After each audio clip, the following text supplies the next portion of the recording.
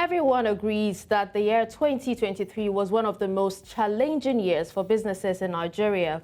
The mass exodus of more than 7 multinational companies like Unilever, GlaxoSmithKline plc, and Procter & Gamble is proof of this hostility. Now, as a proactive measure by the Tinubu administration to stop manufacturing firms from further exiting the country due to an alleged hostile operating environment, the president is set to unveil an executive order. A lot of people are asking, is this declaration a step in the right direction? Now let's go to our neighboring country here in Ghana, where since 2022, Ghanaians have been subjected to varying levels of financial stress as a result of the country's economic shortcomings. This saw the gold, oil and cocoa producer experience one of its most severe economic crises in 2023 as inflation surged to over 50% to the extent that Ghana suspended payments on a significant portion of its $28.4 billion external debt, effectively entering a state of default. Now, as it stands, the World Bank approved $300 million for Ghana to help in its economic recovery, even as the country has successfully negotiated another $3 billion deal with the IMF, which is an initial tranche in a sequence of 3 operations, each amounting to $300 million, and has already been effected. I am Dashen Usman, and this is Village Square Africa.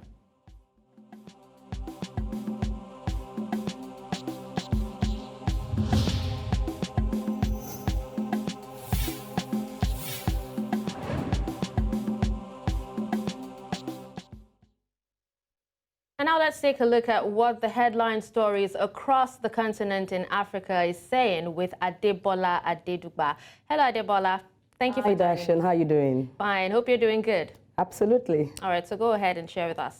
All right. African headlines begins with court matters in West Africa. Nigeria's Supreme Court has upheld the election of Governor Similaya Ifubara of Rivers State. The court, in a unanimous decision by a 5-member panel led by Justice Kudirat Kekere-Ekon Thursday, dismissed as lacking in merit and appealed the candidate of the All Progressives Congress APC, Tony Cole, filed to challenge the outcome of the governorship election that held in the state on March 18, 2023. Let's also tell you that the Supreme Court has affirmed the election of Ahmed Aliyu as Sokoto State Governor. Similarly, the Supreme Court has upheld the election of Agbu Kefas as Taraba State Governor. Reading the lead judgment, Justice Lawal Garuba dismissed the appeal by the new Nigeria's People Party and its governorship candidate, Yahaya Sani, for filing an incomplete record of appeal. And 6 Ghanaians, including 3 soldiers, have been convicted and sentenced to death by hanging for their involvement in an alleged plot 3 years ago to overthrow the government. The men were arrested in 2021 while testing weapons at an old shooting range in Accra, and intelligence telephone taps led to a blacksmith shop where they ordered the weapons manufactured, according to court documents.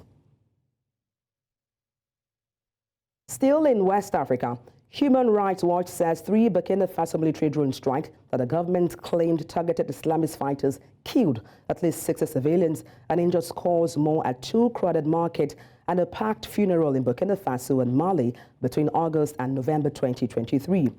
According to the organization, the drone strike violated laws of war prohibitions against attacks that do not discriminate between civilians and military targets and were apparent war crimes.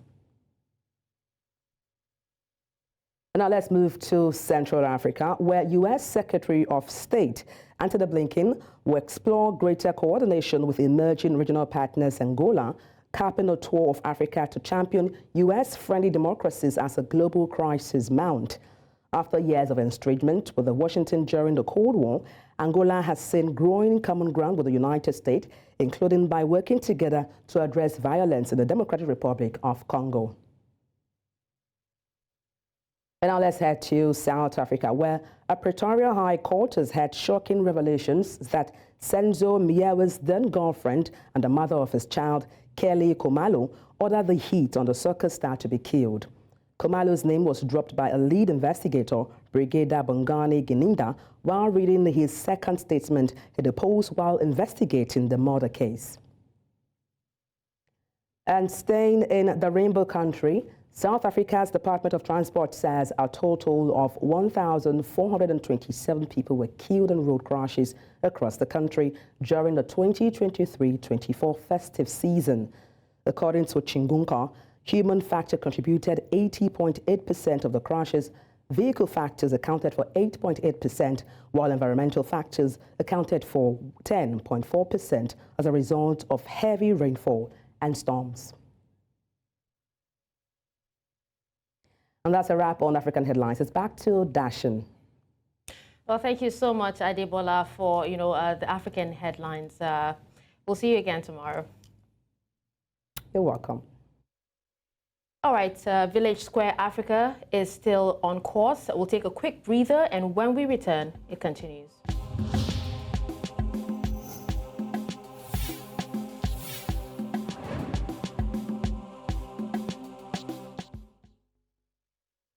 Welcome back, and thank you for staying with us on Village Square Africa. Now, as the manufacturing sector remains heavily exposed to changes in commodity prices, exchange rates, import and clearing duties and freight costs, losing assets as well due to debt, and also controversial policies, reports have it that investors who have made plans to set up local manufacturing plants are making U-turns, and more multinationals that have spent decades may exit Nigeria in the year 2024. Now, it may seem that while one door closes, another one opens, as the United States Secretary of State, Antony Blinken, says American entrepreneurs and companies are ready to invest in the Nigerian economy. Now, to discuss further on this, we have Professor Dr. Philip Njemanze. He's chairman, Chidi Khan Medical Center in Imo State, Nigeria. Hello, Prof. Thank you so much for joining me on Village Square Africa. And we also have Basil Abia. He is co-founder, Veriv Africa, based in Abuja. Hello, Basil. Thank you so much for joining me. Thank you for having me. Good afternoon, gentlemen. It's an absolute privilege to be here. Thank you for having me. All right. So now, first of all, let me start with you, Basil. It doesn't seem like too many Nigerians understand what an executive order is. Now, how does this administration, how would you say it intends to communicate the benefits of the executive order to both domestic and international stakeholders, even including investors, policymakers, and the general public? So first and foremost, let me try and educate the audience. An executive order is a policy statement from the presidency, and it has some form of implementability in that sense. What I mean by that is that when an executive order or policy statement is made by the presidency, there are a number of modalities that are carried out by the vehicles involved. And the vehicles involved in the context of the presidential framework that we have, or we are currently practicing as a country, the vehicles involved are ministries and the MDAs, the departments and the agencies, as well as the commissions involved. So in the context of this executive order, the presidency is planning to announce, of course, that there will be a number of steps and modalities to protect the nascent domestic industry when it comes to medical equipment manufacturing, medical devices manufacturing, and all of the underlying components of the value chain. And they want to do that by, first and foremost, they have intentions to ban disposable syringes importation, for instance, which I feel is a terrible idea. It's a terrible policy idea to make. And I'll furthermore in the conversation, I'll highlight why it is a terrible idea to ban disposable syringes, because we just don't have the installed capacity to meet that, even if we rev up manufacturing. And aside from that, our demand levels are very high. I'll give you statistics to back my assertion. According to the Medical Devices Manufacturing Association, this was in 2022, they were saying that the demand level for disposable syringes, for instance, was about 2.5 billion syringes annually. And currently, we only have installed capacity for 1.95 billion disposable syringes. As you do know, a number of disposable syringes manufacturing corporations in Nigeria have shut down. The largest in Africa, the largest capacity in Africa, the Jubilee Syringe manufacturing plant in Ona, in Akwa Ibom State, just closed down earlier this month, citing a number of reasons: high energy cost, high FX, costs when you're trying to import the raw materials, high import duties on these selected raw materials for disposable syringe manufacturing, and of course, multiple taxation. So a number of these are the core reasons behind the exits of these medical devices manufacturers, big pharma manufacturers as well. And then they're also stifling the domestic players in the industry. So just to round up, in terms of the informative bit of this conversation, is that the executive order is a policy statement by the presidency, and there are a number of modalities that have to be executed to ensure that there's some effective policy transmission mechanism. However, I do not agree with the approach, because I think that the approach is, I would say, misplaced. All right. Well, Basil, you'd have to share more on your disagreement, in due course, okay? So, but let's move to Professor Njemanze right now. Professor, the federal government actually agreed on the restriction of needles and syringes exportation, and also secured a deal with local firms in accessibility, affordability, and also quality of healthcare products.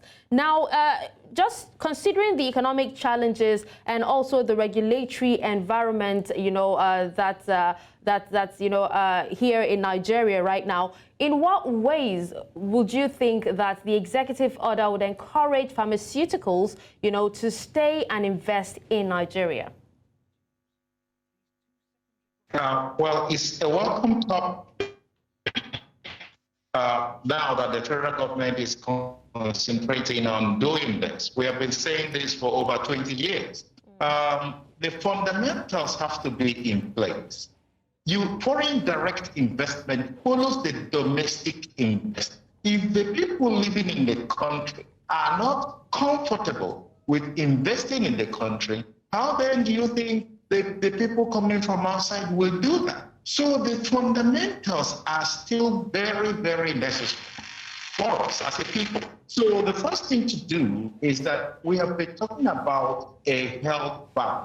That means there has to be the financial fundamentals for any industry to work. So we really needed a health bank, and we still do need a health bank with single-digit interest rate, so that we can actually incentivize our own people to go into these areas of manufacturing. The second thing is power. You can notice the power goes out in hospitals everywhere. So this power issue has taken so much resources from the country, but corruption has never allowed Nigeria to even go beyond 4,000 megawatts. We have been talking about for over close to 50 years. So the fundamentals have to, if the executive order is going to be centered on just banning syringes or doing any of these makeup issues, it's really not going to have any effect to improve the industry standards. It's because the cost still will come down to energy, the cost will still come down to the high cost of doing business. And of course, also very important is the security system. Who then invests in a place that is very unsecure? This is just not possible.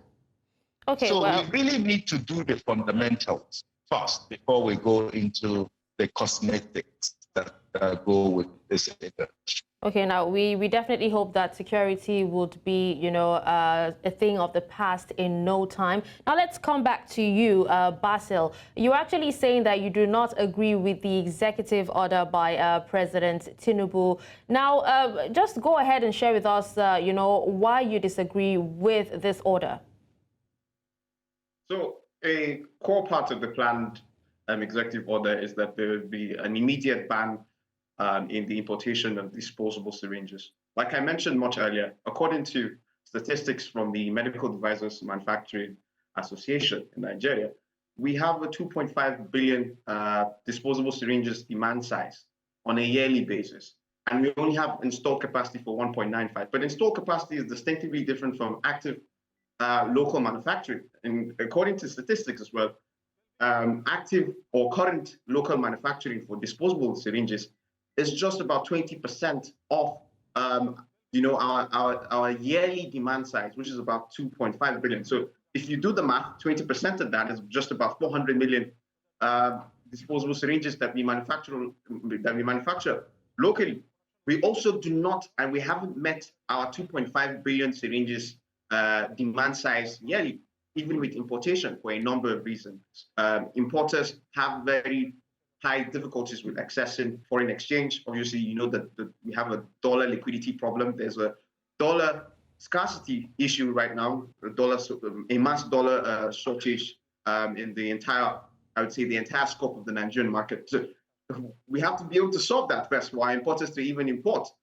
But be that as it may, if we execute, or if the federal government executes this executive order and bans the disposable syringe, yes, what's going to happen? First and foremost, our 400 million syringes manufactured yearly will not be enough. It will be grossly insufficient for the needs of the Nigerian medical industry. And what's that going to happen? What's going to happen afterwards as a result of this is that there will be a scarcity of disposable syringes.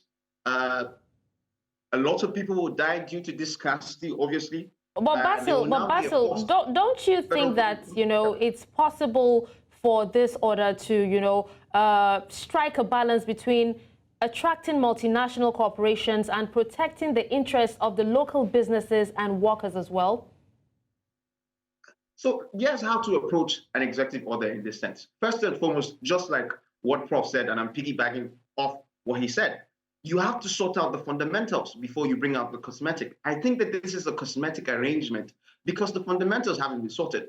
If you're telling foreign investors to come and invest in manufacturing these medical devices, this medical equipment, and your energy production capacity is just about 4,393 megawatts hourly, according to data from the Nigeria Electricity Regulatory Commission from Q3 in 2023, and you're not doing anything to rev up that number or significantly increase that generation capacity number, then I'm sorry to say that you're attempting, like what young Nigerians like to say, you're attempting the game called peak fooling, in that sense, because energy prices are on the high. We are finding it difficult to power our manufacturing plants. In fact, I'll give you another statistics. According to the Manufacturing Association of Nigeria, 40% of the cost of production costs for their members is burdened by energy, largely because there's insufficient energy supply. And then, of course,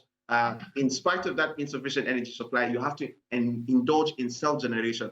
And in indulging in self-generation, it is expensive to be able to get the fuel. In the context of self-generation, of course, that's diesel and gas. It's super expensive to access them. And if you're accessing them, you're accessing them at the very least for diesel, 1,200 naira per liter and more. So if you bring a lot of these components together, coupled with the fact that we don't even have the raw materials readily available, domestically produced. I'll give you another example.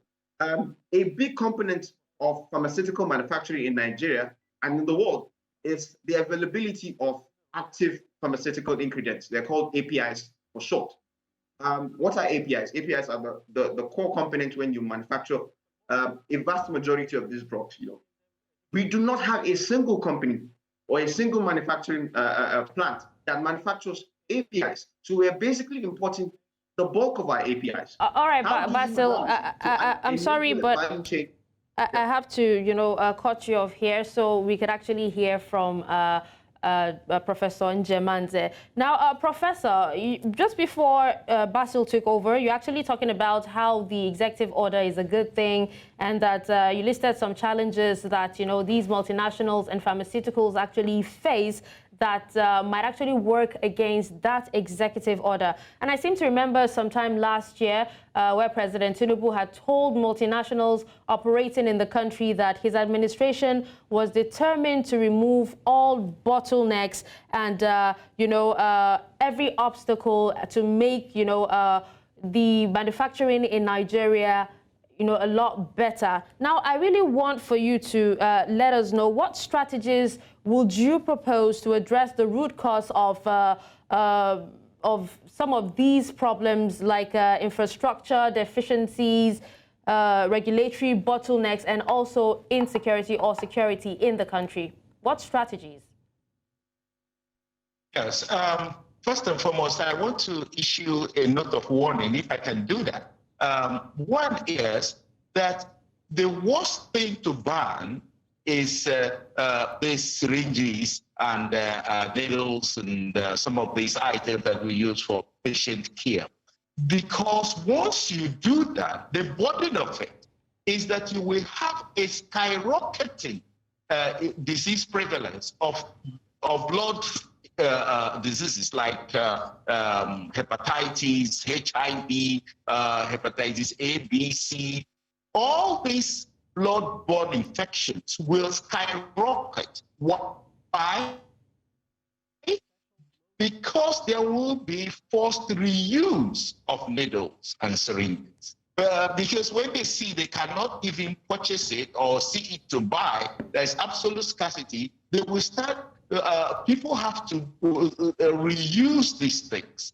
So one can be used for multiple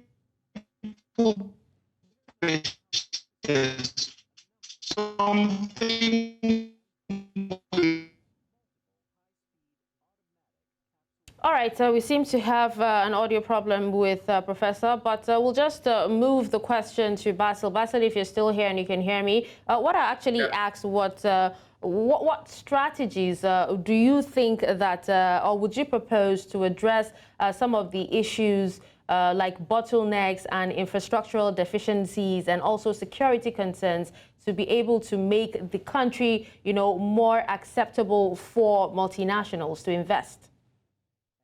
Yeah, so first and foremost, I want to corroborate with what Prof was trying to say before, of course, the internet affected his communication. He's very right. There's going to be a massive public health crisis the moment a ban on disposable syringes is announced, largely because, of course, we do not have the capacity to meet our large demand size. And secondly, medical workers will now be forced to reuse these disposable syringes, which obviously makes the entire public health system in Nigeria vulnerable to widespread epidemics, which we do not want at the context in which the country is, with all of the sufferings and, of course, the strife. Now, moving forward to answering your question, the strategies are simple. They have been overflogged. As a researcher and an analyst, I've written about these. I've appeared on TV and radio to continue to overflog this particular issue. We need to imbibe in what I call supply-side economics. And that supply-side economics must not be led by the government. It must obviously be, they have the power to galvanize all of the components of the value chain, but they must not lead it. And what I mean by that is I don't want a situation where the central bank wakes up one morning and says they have a syndicated fund for medical devices and medical equipment manufacturers and big pharmaceuticals. I mean, they did announce that during the COVID period. What are the outcomes right now? So what we need is full private sector involvement in every component of this said value chain. And you can do that incentivization by first and foremost setting up a governance framework for medical manufacturing hubs. So you sit down with selected state governments who are incentivized already to house or midwife these manufacturing companies.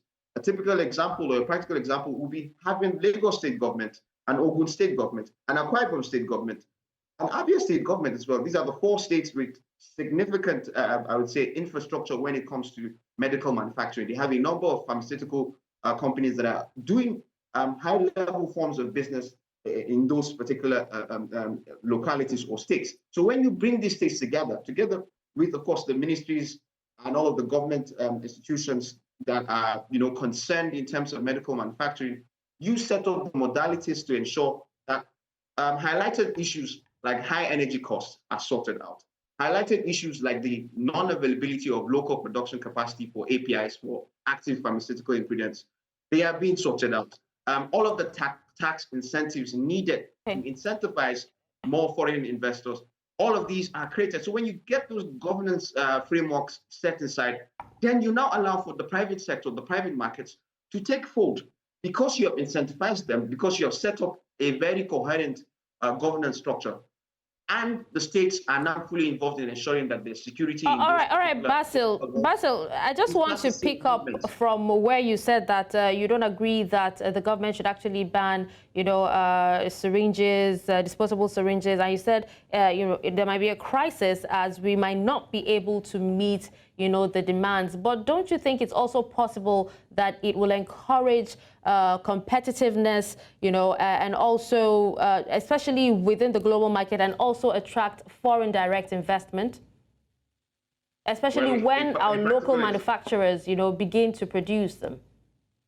Well, my answer to this is that when President Buhari, erstwhile President Buhari, closed the land borders, what happened? Food inflation got on sky high. Food inflation is currently 33.3%. People are finding it hard to access food because of that singular policy decision. My goal as a human being is to make sure that one day Nigerians understand that there is nothing wrong. There is nothing wrong with allowing foreign competition and importation. What you must do to increase domestic capacity and increase domestic production is to ensure that supply side economics takes place. And what I mean by that is that the energy needed for manufacturing is readily available and affordable. There is security, there are tax incentives, there is no multiple taxation, and then, of course, local raw materials are easily sourced domestically. This is how you solve the problem. This is how you increase production. All right, Basil, I apologize for cutting you short here, but time is not on our side and we'll be wrapping up soon. But we'd love to hear Professor Njemanze's last words, and would love for you to also answer this question in 1 minute if you can. Considering the diverse industries affected by this particular exodus, that's the mass exodus of multinationals, how does this executive order prioritize sectors for intervention? Yes, I would like to say that the main problem I see with the executive order is that if you ban needles and syringes, you are going to create a portal for infection because people will start reusing these things. And then you will have skyrocketing HIV infection, hepatitis, all the blood infections will skyrocket in the country. So it doesn't really make sense to do that. What is required, as my colleague has just said, is that you have to improve the environment in terms of power, security, and finance, access to finance. We've been talking about Health Bank. You provide single-digit interest rates for Health Bank, and you provide access to foreign currency. That's what we need to change this, and once we do it, we're going to get a positive result. All right. Well, thank you so much, Professor Dr. Philip Njemanze, Chairman Chidikon Medical Center, and also Basil Abia, co-founder Veriv Africa. Thank you so much, gentlemen, for joining me on Village Square Africa to discuss this. Thank you for having me. All right, we'll take a quick break, and when we return, Village Square Africa returns.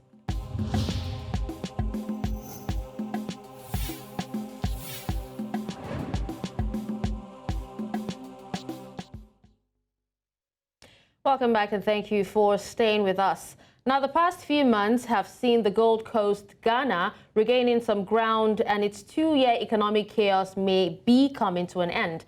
Now, the World Bank, in its report, noted that the constant revision of monetary policies is part of the reason why Ghana is currently experiencing some economic relief. The World Bank paints a more optimistic picture for the West African states. Now, the approved financing is the initial tranche in a sequence of 3 operations, like we've actually said earlier, each amounting to $300 million. A key component of the broader World Bank's commitment to the crisis response in Ghana and also building resilience is also stated in the World Bank release. But then, to discuss further on this, we have Charles Kusi Appiah Kubi. He's Head Business and Economic Bureau, Ghana Traders Union Association. Hello, Charles. Thank you so much for joining me on Village Square Africa. Good afternoon. Pleasure joining you. And how is Nigeria? Nigeria is fantastic. Thanks for asking. Now, let's talk about, the relief, the economic relief that Ghana has actually, just had now. In making sure that the root causes of the economic challenges in Ghana are addressed, how do you think you can leverage on the funding given by the World Bank to balance the need for immediate economic recovery with long-term goals of sustaining, this recovery? All right, thank you for the question. Once again, we are grateful for this opportunity to engage our colleagues in Nigeria and the world over. Yes, Ghana, in an attempt to seek for economic recovery, applied to the IMF for a bailout. Our first tranche of 600 million came last year. Early part of this year, almost about a week ago, there was another approval, that's board approval of 600 million, which has been disbursed. And the essence of seeking for this bailout is for us to get to the right footing as a country so we can achieve economic stability.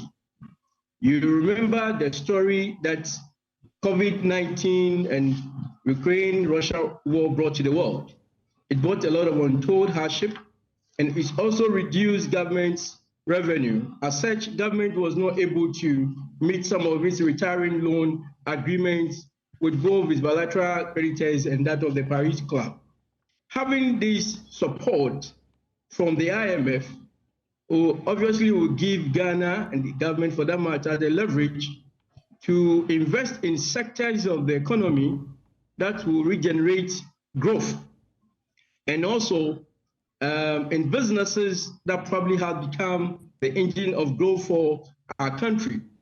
Basically, some of these interventions is going to give us what we call a credit credibility for us to re-enter into the capital market. All right, Charles, in as much as this is actually a good thing, but do you think that there might be challenges or risks that Ghana may face in effectively utilizing the approved funds for this economic recovery?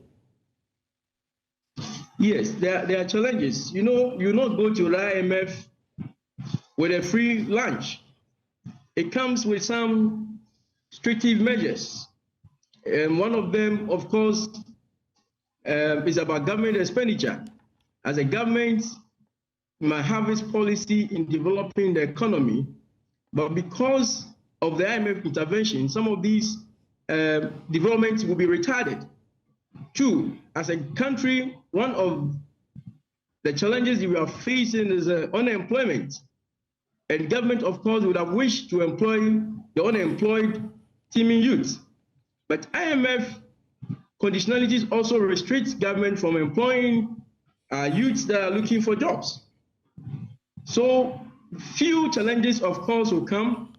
It, of course, restricts physical expansion, and it puts much more strain on the growth that we want to achieve as a country. And as such, because government also have to prove to the IMF the ability to repay such loans that they have given through bailout, IMF also have introduced some harsh revenue measures, herein increasing taxes for businesses, so that government could probably rake in more revenue to meet its retiring debt obligations. Some of these interventions, of course, have some untold hardship to businesses. All right, now talking about interventions, Charles, how do you think, what do you think the government can actually do to make sure that, this fund, improves the lives of the Ghanaian people?